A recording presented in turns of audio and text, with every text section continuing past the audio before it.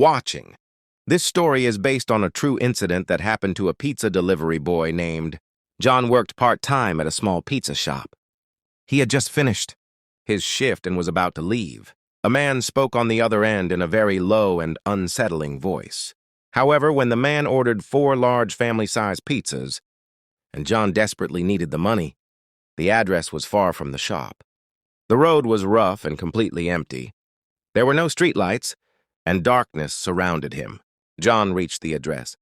Strange-looking house hidden deep inside the forest. The place looked abandoned.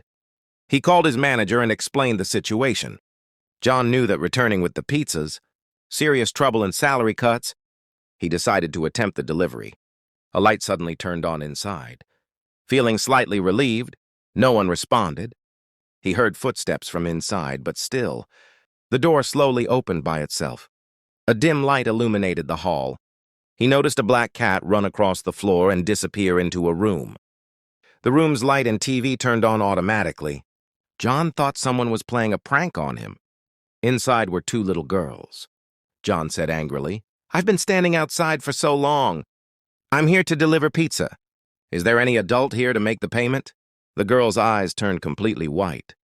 They slowly raised their hands and pointed toward the door behind John. Standing there was a terrifying shadow of a woman. Frozen with fear, John ran outside and sped away. As he looked back, a true horror story based on a pizza delivery, Ajay John during his college days. At that time, one night, around 1 a.m., when the shop phone suddenly rang. When John answered, John initially thought of refusing the order because the shop was already closed. John agreed. Big orders usually meant good tips.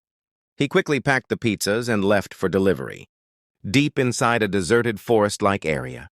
It was very late at night, with tall wild trees on both sides.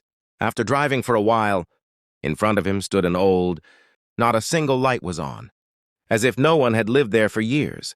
John felt uneasy, wanting to return, but the manager didn't answer.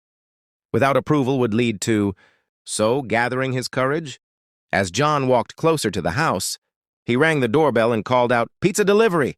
He rang the bell again. This time the door didn't open. Just as John was about to leave, nervous and confused, John stepped inside. But no one was there. Suddenly, the moment the cat entered, and the sound of children laughing mischievously filled the air. Annoyed, he walked into the room, sitting silently and staring at him without blinking. "Why didn't you open the door?" Suddenly, and their silence transformed into a horrifying laugh. When John turned around, his blood ran cold. The pizza boxes slipped from his hands and crashed onto the floor. Jumped on his bike. He saw the woman and the 2 girls standing at the doorway. After riding a short distance, his bike began making strange noises and suddenly stopped. The tire was punctured. Trembling, John called the police for help. As he waited, his eyes fell on the rearview mirror. What he saw made his legs go weak. The woman and the 2 girls were standing behind him, slowly moving closer. Panicking, John abandoned his bike and ran into the forest. Exhausted, he hid behind a large tree, praying for his life. Moments later, he heard the sound of police sirens in the distance. Using his last bit of strength, John ran back to his bike. The police were already there, investigating. He told them everything and led them to the house.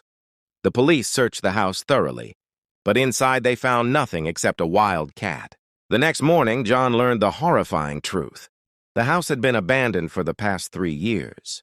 3 years ago, a woman and her 2 young daughters who lived there were brutally murdered. John finally understood what he had seen that night. The spirits of the woman and her children were still trapped in that house. After that incident, John quit his pizza delivery job forever. Even today, whenever he remembers that night, he trembles with fear.